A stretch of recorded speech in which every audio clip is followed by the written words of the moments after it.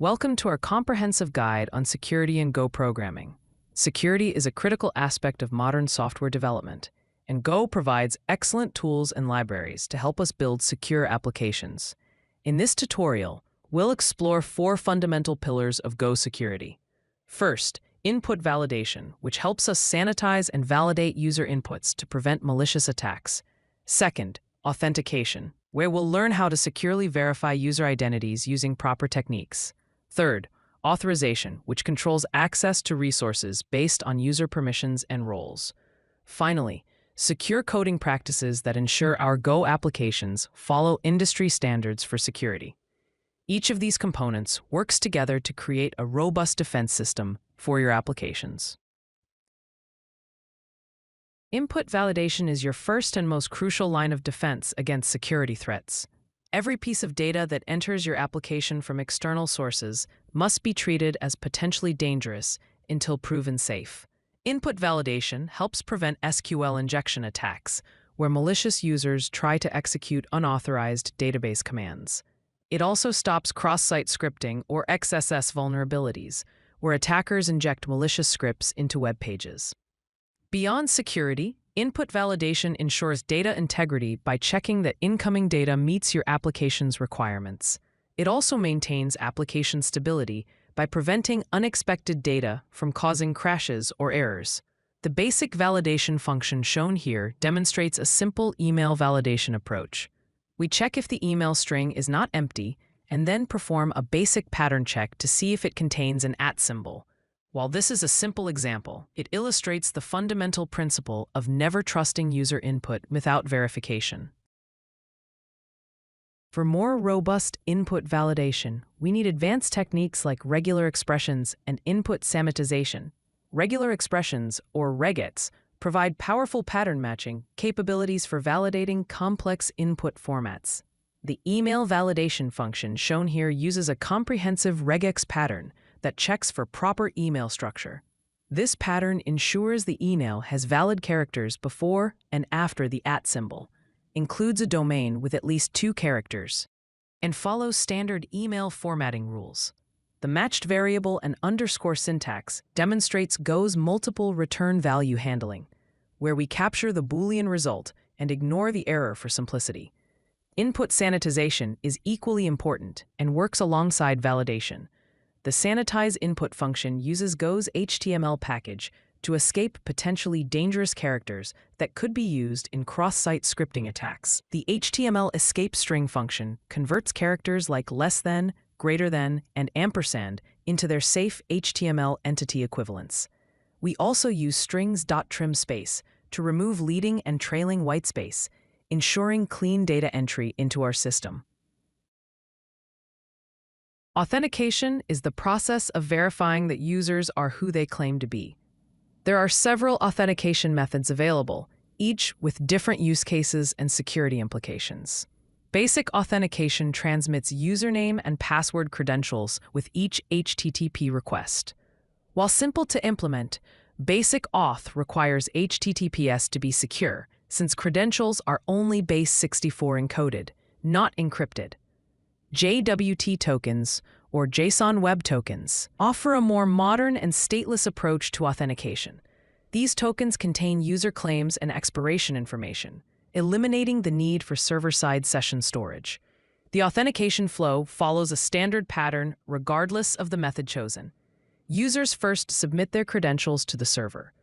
The server then validates these credentials against a database or authentication service. Upon successful validation, the server generates an authentication token. This token is returned to the client for storage. The client must include this token in subsequent requests to prove their authenticated status. Finally, the server validates the token on each request to ensure the user remains authenticated and authorized. Secure password storage is fundamental to application security, and bcrypt is the gold standard for password hashing in Go. Never store passwords in plain text or use simple hashing algorithms like MD5 or SHA-1, as these can be easily cracked. bcrypt is specifically designed for password hashing and offers several crucial security features. It's an adaptive hashing function meaning you can increase the computational cost as hardware becomes more powerful. bcrypt includes built-in salt generation, which prevents rainbow table attacks by ensuring each password hash is unique, even for identical passwords. The configurable work factor allows you to adjust the computational cost of hashing, making it slower for attackers to crack passwords through brute force. bcrypt is also resistant to timing attacks because it takes a consistent amount of time to process, regardless of input. The hash password function shown here demonstrates the implementation. We import the golang.org/x/crypto/bcrypt package. The function takes a plain text password string and returns the hashed password as a string along with any potential error. The bcrypt.generateFromPassword function does the heavy lifting, taking the password bytes and the default cost parameter to produce a secure hash. JSON Web Tokens provide a secure and stateless way to handle authentication in Go applications. JWT tokens consist of 3 parts separated by dots: a header containing the algorithm information, a payload with user claims, and a signature for verification. The Generate JWT function demonstrates how to create tokens using the popular Golang-JWT library version 4. We create a new token using jwt.new with claims and the HMAC SHA-256 signing method. The claims map contains the user ID and an expiration timestamp set to 24 hours from creation. The EXP claim uses Unix timestamp format for compatibility. Finally, we sign the token with a secret key and return the signed string. The Verify JWT function handles token validation, which is equally important for security. We use jwt.parse to decode and validate the token. The anonymous function parameter checks the signing method to prevent algorithm confusion attacks. If the token uses HMAC signing, as expected, we return our secret key for verification. This function returns the parsed token object and any validation errors. Always validate tokens on every request that requires authentication, and ensure your secret key is stored securely in environment variables, never hard-coded in your source code. Authorization determines what authenticated users are allowed to do within your application. While authentication verifies identity, authorization controls access to specific resources and actions. There are 2 primary access control models to consider. Role-based access control, or RBAC, assigns users to roles, and roles have specific permissions. This model works well for applications with clear hierarchical structures. For example, admin users might have full access, while regular users have limited permissions. Attribute-based access control, or ABAC, provides more dynamic and flexible authorization. It makes access decisions based on attributes of the user, resource, and environment. ABAC can consider factors like time of day, user location, or resource sensitivity. The auth middleware function demonstrates how to implement authorization in Go web applications. Middleware functions wrap your HTTP handlers to add cross-cutting concerns like authentication. This middleware extracts the authorization header from incoming requests and validates the token using our Verify Token function. If the token is invalid or missing, we return a 401 unauthorized status code. If validation succeeds, we call the next handler in the chain, allowing the request to proceed. This pattern ensures that protected routes are only accessible to authenticated users. Transport Layer Security, or TLS, is essential for protecting data in transit between clients and servers.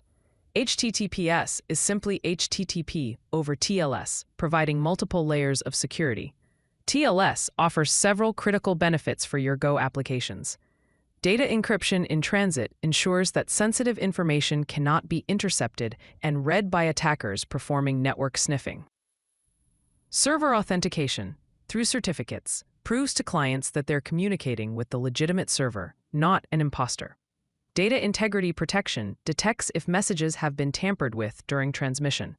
TLS also provides protection against man-in-the-middle attacks, where attackers position themselves between client and server. Beyond security, HTTPS provides SEO benefits as search engines favor secure sites and builds user trust through browser security indicators. The Start HTTPS server function demonstrates how to enable TLS in Go applications. You'll need TLS certificates, typically a certificate file with .crt extension and a private key file with .key extension.